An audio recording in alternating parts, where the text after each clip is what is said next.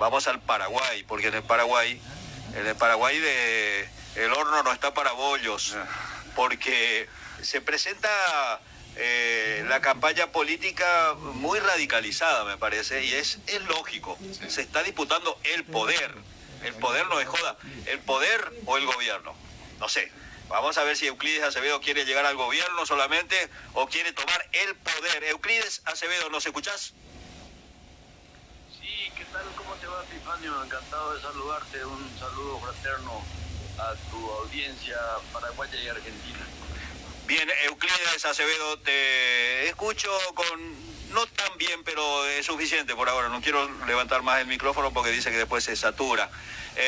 Estás en plena campaña, ¿se hace ya el lanzamiento oficial de tu candidatura, Euclides Acevedo? Así es, mi querido Epifanio, lo hacemos el martes a las 19:30 el martes 25, donde hacemos más que la presentación de la dupla, la presentación del programa. Siguiendo con tu pregunta inicial, lo que buscamos es el poder, no el gobierno. Y el poder como herramienta de transformación, no el poder como recurso de industrializar el privilegio, sino que el poder en el sentido democrático para beneficio de la ciudadanía. Y en efecto, el martes 25, pues nos presentamos oficialmente con nuestro programa a la sociedad. La sociedad paraguaya está pasando un momento difícil. Lo vemos, por ejemplo, en estas imágenes de un desalojo muy violento, incluso que hay niños heridos. Vos que fuiste ministro del Interior, conocés los protocolos. ¿Vos ves, cómo ves estas imágenes que a mí el Facebook mismo me las está censurando porque dice que son violentas, que infringen las normas comunitarias, niños heridos, mujeres lastimadas, hombres, y es una, no sé, una perlita nomás de la realidad del Paraguay, ¿no? Es lo que pasa en el campo. Claro, esto es un reflejo de un problema endémico, por eso es que junto a la seguridad lo que nosotros proponemos es la reforma estructural de la tierra, porque la invasión y el desalojo y la invasión es un circuito suicida que tiene efectos colaterales como el que estás señalando, una violencia que no tiene límites. ¿Por qué? Porque alcanza a personas vulnerables e indefensas. Hay un protocolo que debe ser respetado y justamente si hoy los movimientos sociales, dirigentes sindicales y campesinos me acompañan, fue precisamente porque yo hice, siendo ministro del Interior, respetar el protocolo. Y cuando un colega tuyo, un periodista, me dijo por qué yo no reprimía, le dije, yo no reprimo a mi pueblo, yo hago cumplir la ley, pero la ley nunca puede ser en detrimento de la violación de los derechos humanos. Euclides Acevedo, y bueno, vos estarás viendo un poco tu trabajo, la repercusión o la recepción que tiene en la ciudadanía. Vos manejás muy bien el guaraní también, eso te permite conectarte con todo el país sin ningún inconveniente, cosa que a muchos políticos les resulta complicado, ¿no? El idioma es una herramienta fenomenal de concientización también. ¿Cómo ves? ¿Vos tenés todavía la certeza o estás dudando ya de que es como preguntarle si va a ganar tu equipo, ¿no? Vos siempre optimista. Absolutamente, no optimista por optimista, sino que optimista basado en datos científicos y por sobre todas las cosas porque nosotros en nuestro recorrido por el interior percibimos la temperatura social, percibimos la temperatura popular y la adhesión no es gratuita porque no es la adhesión a la candidatura, sino que la adhesión a un proyecto, y la adhesión a un proyecto se nota con el acompañamiento, pese a las dificultades de orden económico, porque una campaña electoral cuesta mucha plata. Aún así nosotros tenemos adhesiones absolutamente voluntarias, lo cual nos hace presumir con verosimilitud que vamos a ganar las elecciones con absoluta seguridad. sea, no es un problema de ñaganata porque ñaganata.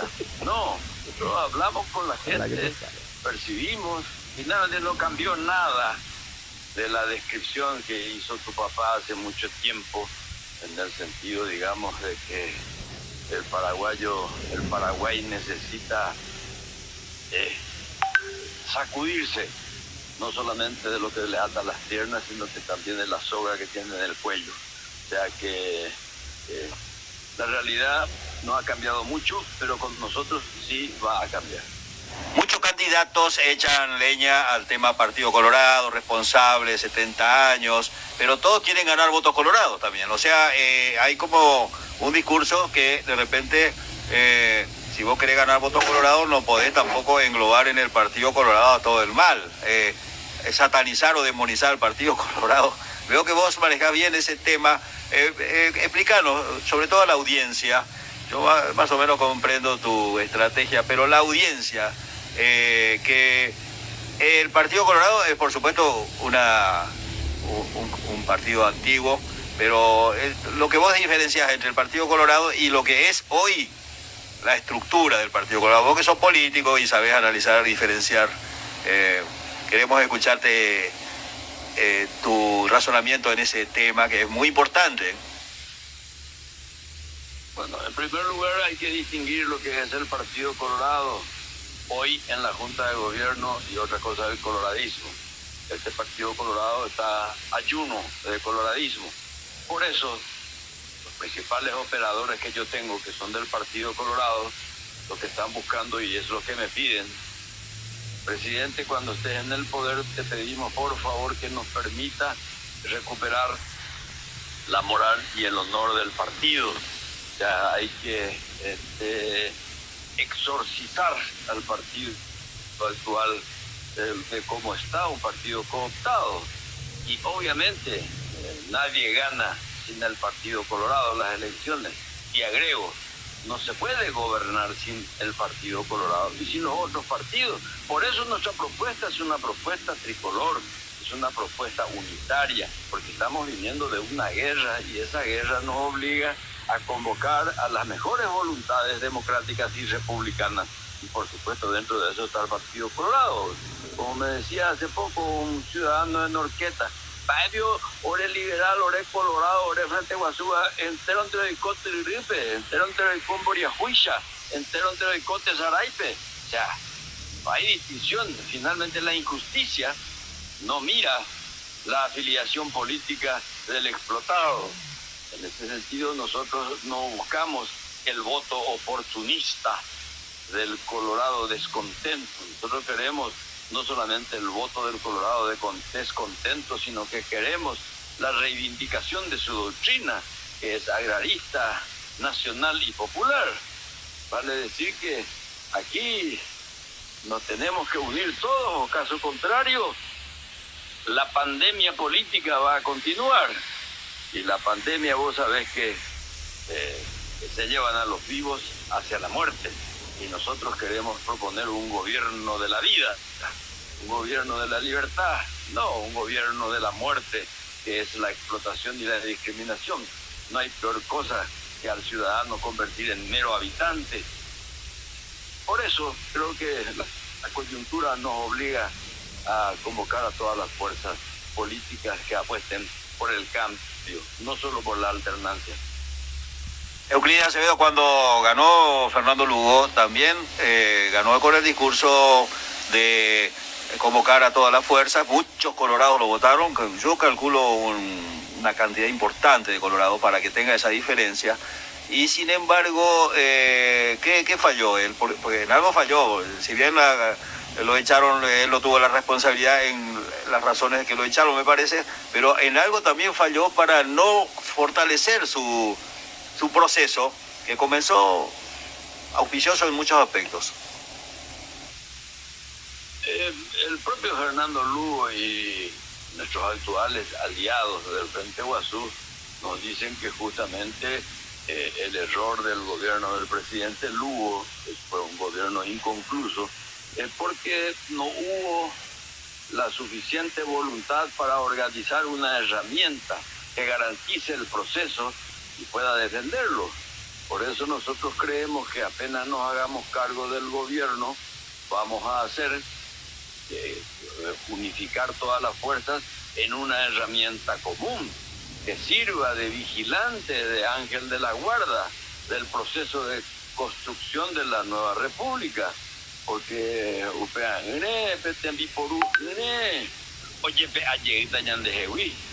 ya que tenemos que ser muy pragmáticos y muy audaces en ese sentido, de construir esa herramienta que durante el gobierno del presidente Lugo no hubo tiempo de hacerlo, y ustedes ya saben en qué terminó, traicionado por sus propios aliados. Euclides Acevedo, en el diario de ABC, creo que de hoy o de ayer, vi que hay una estadística descomunal. 2 millones de personas en el Paraguay están debajo de la pobreza e incluso en la indigencia, una parte altísima. Eso no se soluciona de la noche a la mañana, hay que hacer reformas profundas. ¿Cómo vas a empezar? Y en primer lugar, por la asunción de la crisis. Si la crisis no se la asume, ella no desaparece. En segundo lugar, esta indiferencia social del Estado trae como consecuencia lo que acabas de demostrar estadísticamente. Y la lucha contra la pobreza no es una distribución de los panes. La lucha contra la pobreza es una lucha cultural. O sea, en el sentido, digamos, de que tenemos que iniciar un proceso, y efectivamente no se soluciona del día a la mañana, pero sobre la marcha hay que cambiar y explicar el proceso e incorporar a los propios pobres en ser protagonistas de su propia liberación, transformando el aparato productivo e incorporándolos a ellos. Por eso es que el subsidio, la limosna, el asistencialismo populista es lo peor que le puede pasar a estos compatriotas que están sumidos en la más profunda miseria. Lo que al contrario, hay que incorporar en el circuito del crédito, en el circuito del trabajo digno, del salario honrado. Entonces, eso hay que explicar. Nuestro problema va a ser de comunicación, y evidentemente algunas medidas de urgencia hay que tomar. O sea, la pobreza se traduce no solamente en lo que no come. Por eso decimos hay que tratar de volver a comer 5 veces al día. En segundo lugar, la política de vivienda. La política de vivienda trae aparejado una circulación de la divisa. Yo no estoy en contra de las grandes obras públicas, eso es importante, pero eso enriquece a las grandes empresas. Lo que pasa es que hay que hacer obras civiles. Eso hace que la construcción de calles, la construcción de vivienda, trae aparejado la construcción de hospitales, de comisarías, de iglesias, de esto, de lo otro. Entonces, eso hace que el dinero circule. La pobreza es el resultado de la inequidad social como consecuencia de una política económica excluyente. Entonces, la lucha contra la pobreza es una cuestión que hay que explicarla, y explicarla muy bien, porque tampoco hay que prometer milagros. Lo que hay que prometer es que los propios pobres protagonicen su propia liberación, y el Estado social de derecho debe estar al servicio. Euclides, ¿tenés algunos nombres ya confirmados en tus listas? Así que para que la gente también conozca quiénes van a ser tu equipo de trabajo, porque queremos, curiosos somos de quiénes son los candidatos principales al Senado, diputados, cargos electivos, etcétera, etcétera.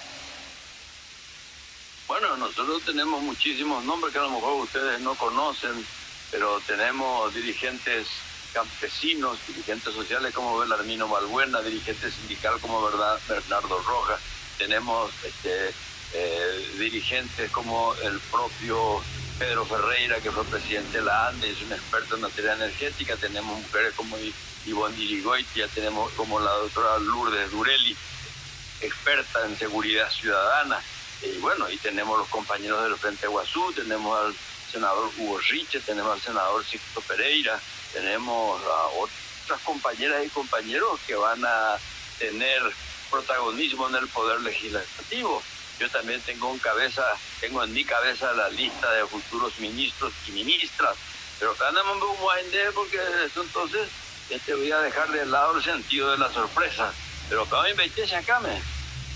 Está muy bien, hay ciertas cosas que el político no puede decir antes de amanecer. Euclides, ¿querés agregar algo más para un mensaje? Sabemos que la democracia paraguaya va a ser inconclusa todavía hasta que todos los paraguayos del mundo, como son los migrantes, que son 2 o 3 millones, también puedan elegir a sus dirigentes. Ahí sí que va a haber una verdadera democracia, porque esto es una democracia para algunos, nomás para los que viven en el país. Pero los paraguayos que están afuera son paraguayos y tienen todo el derecho de, por lo menos, querer volver, y para querer volver va a tener que haber un cambio de estructura, o cambio de gobierno, cambio de régimen, y eso se hace votando, ¿no? Sí, por eso yo te felicito y te agradezco al mismo tiempo porque mantenés viva la llama de la reminiscencia, la nostalgia y el cariño al terruño, porque a través de tu emisora y por la recuperación y reivindicación constante de valores paraguayos, hace que el ciudadano que hoy día presta servicio a otra nación, que le da su solidario abrazo y que huye de la pobreza, no tanto de la persecución política, sino que de la persecución del hambre y la ignorancia. Y bueno, la Segunda República, la nuestra, la nueva República, el nuevo Estado republicano, a través de su Secretaría de Migrantes, en vez de ser la Secretaría de Repatriados, va a estudiar celosa y rigurosamente no solamente las normas jurídicas y legales para la reincorporación del exiliado económico, sino que favorecer y crear las condiciones para que el que quiera volver pueda volver con trabajo, y el que ya tiene asentadas sus raíces en el país receptor pueda venir a su patria cuando quiera y a disfrutar de su memoria y sus recuerdos. Euclides, una última pregunta te va a hacer mi compañero de trabajo acá, Américo Olmedo. Te va a hacer una pregunta para el cierre de esta entrevista que vamos a continuar la otra semana o la otra. Américo está contigo, te pregunta. Buenos días, doctor. Un gusto. Doctor, usted... Bien. Usted hablaba de no solamente tomar el gobierno, o sea, ser electo para gobernar el país. Ahora, seguramente va a tener que luchar muy duro, porque hay 3 poderes que hay que, digamos, tener como aliado para sostener el proceso, que son el poder económico, el poder judicial y, por supuesto, algunos medios de prensa que hoy han pasado a ser el primer poder del mundo, ¿no? O sea, ¿cómo se hace para que estos poderes apoyen un proceso como el que usted quiere empezar? ¿Cuál sería la medida a tomar como primera instancia?